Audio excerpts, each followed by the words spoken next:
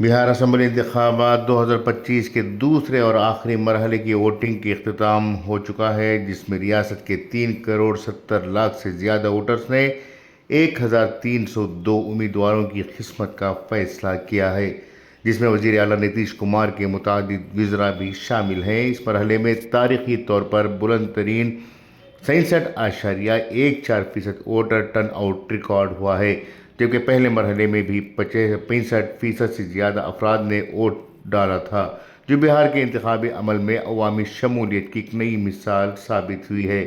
Exit poles جیسے Peoples matters insight, Dainik Bhaskar اور Peoples plus نے پیشن گوئی کی ہے کہ حکمران NDA اتحاد کے فیصلے کن اکثریت ملنے جا رہی ہے، جبکہ پرشانت کشور کی نئی سیاسی جماعت جن سوراج کی کارکردگی کو مایوس کن قرار دیا گیا ہے۔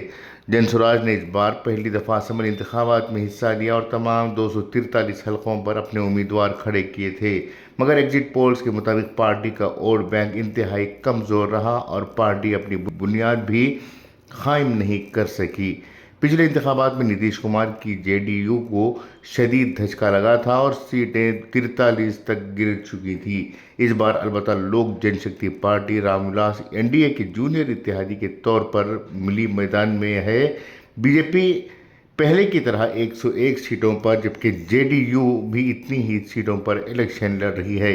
بہار اسمبلی مجموعی طور پر 243 نشستوں پر مشتمل ہے، جس میں اکثریت کے لیے 122 سیٹیں درکار ہیں۔ حتمی نتائج کا اعلان 14 نومبر کو ہوگا، لیکن سیاسی منظرنامہ ایگزٹ پولز کی روشنی میں NDA کو مضبوط موقف کی نشاندہی کر رہا ہے۔ اس کے باوجود صحت مندانہ انتباہ ضرور دیا گیا ہے کہ تمام ایگزٹ پولز کی پیش گوئی حتمی نتائج سے مختلف بھی ہو سکتے ہیں۔ انتخابی سرگرمیوں میں اس بار غیر معمولی جوش و خروش دیکھنے میں آیا، خاص طور پر نوجوان اور خواتین ووٹرز کی بڑی تعداد پولنگ بوتھ پر پہنچی، جس نے 66.14% کی تاریخی شرح کو ممکن بنایا ہے۔ سیاسی تجزیہ کاروں کے مطابق یہ شرح کسی بھی بڑی تبدیلی کی نشاندہی بھی کر سکتی ہے، تاہم عام تاثر یہی ہے کہ NDA پہلے سے زیادہ مضبوط حالت میں ہے۔ پرشانت کشور کی جماعت جن سوراج نے تمام حلقوں سے امیدوار کھڑے کیے تھے، تاہم پارٹی نے صرف کارکنان کی ناراضگی اور معذوری کا شکار رہی، بلکہ متعدد اہم اراکین نے الیکشن سے قبل ہی پارٹی کو چھوڑ دیا تھا۔ اس تناظر میں پارٹی کی کارکردگی کو سیاسی پنڈت انتہائی مایوس کن قرار دے رہے ہیں۔